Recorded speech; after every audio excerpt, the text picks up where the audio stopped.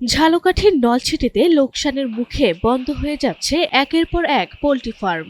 খামারিরা জানায় ব্রয়লার মুরগির বাচ্চার অত্যাধিক দাম ও খাবারের অস্বাভাবিক দামের কারণে লোকসানের মুখে পড়ছেন অনেক খামারি, তাই বাধ্য হয়ে বন্ধ করে দিচ্ছেন খামার। আমার এই 6 মাসে প্রায় 10 লক্ষ টাকা বেশি লস।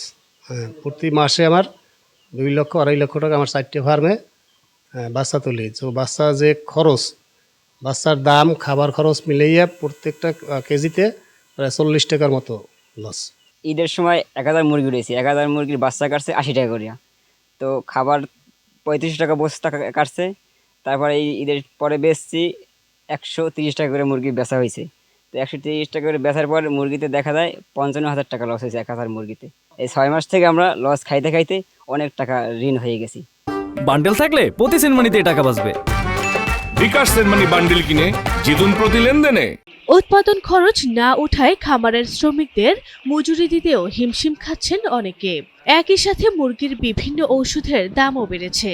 উপজেলা প্রাণী সম্পদ অধিদপ্তরের দেয়া তথ্য মতে উপজেলায় গত বছর থেকে 20টি ফার্ম বন্ধ হওয়ার তথ্য থাকলেও চলতি বছরের কোনো তথ্য তাদের কাছে নেই। তবে পোল্ট্রি ব্যবসায় জড়িতরা জানিয়েছেন উপজেলায় এখনো পর্যন্ত আনুমানিক 50টিরও বেশি ফার্ম বন্ধ হয়ে গেছে।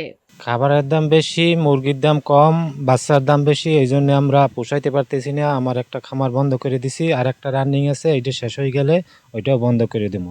মহাজনরা যদি শেড বন্ধ করে দেয় তাহলে আমরা তো কর্ম কইরা কি যে কইরা খামু কিছুই বুঝতে পারতাছি না।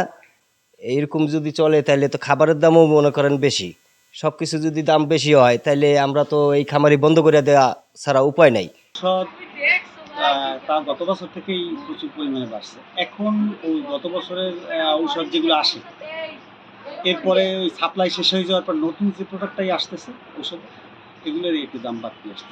এদিকে ক্রমাগত লোকসান হলে ব্যবসা টিকিয়ে রাখা সম্ভব হবে না এবং কর্তৃপক্ষ যেন এই বিষয়টি বিবেচনায় নিয়ে প্রয়োজনীয় ব্যবস্থা নেয়, এই আশা ব্যক্ত করেন খামারিরা। আমার খামারিতে অনেক লস হইতে আছে, কারণ এই দীর্ঘ 2-3 মাস ধরে যে অবস্থা, যে পরিস্থিতি কারণ একটা খাবারের বস্তা পড়ে প্রায় 300 টাকা, 1000 মুরগিতে 50,000 টাকা লস আমার। ফিডের সম্বন্ধে আমি বলবো, করোনার সময় যখন ভুট্টা ছিল 25 টাকা, সেই ভুট্টা বাড়িয়ে দাম হয়েছে 50 টাকা, তখন তারা 2400 টাকা থেকে 3500 টাকায় খাবার নিয়েছে। কিন্তু এখন আবার 25 টাকা ভুট্টা, তারা ওই তখন থেকে আর কোনো দাম কমায় নাই। ভুট্টার দাম এখন অর্ধেক, কিন্তু ওই অজুহাতে তারা নিয়ে গেছে 3400-3500 টাকায়। আমরা এর থেকে ফুড টিকেট চাই। আমরা প্রাণী সম্পদের কাছে আমরা অনুরোধ জানাচ্ছি, তারা যেন এর বিরুদ্ধে ব্যবস্থা নেন। এ ব্যাপারে উপজেলা প্রাণী সম্পদ অধিদপ্তর তৎপরতার সাথে তাদের কার্যক্রম পরিচালনা করছেন এবং ক্ষতিগ্রস্ত খামারিদের সাথে যোগাযোগ করছেন বলে জানান উপজেলা প্রাণী সম্পদ কর্মকর্তা। খাবার এবং মুরগির বাচ্চার দাম বেশি হওয়ার কারণে আমার উপজেলায় বেশ কিছু খামারি ক্ষতিগ্রস্ত হচ্ছে, বেশ কিছু খামার বন্ধ হয়ে গেছে। এ ব্যাপারে আমাদের প্রাণী সম্পদ অধিদপ্তর তাদের তৎপরতার সাথে তাদের কার্যক্রম পরিচালনা করতেছে।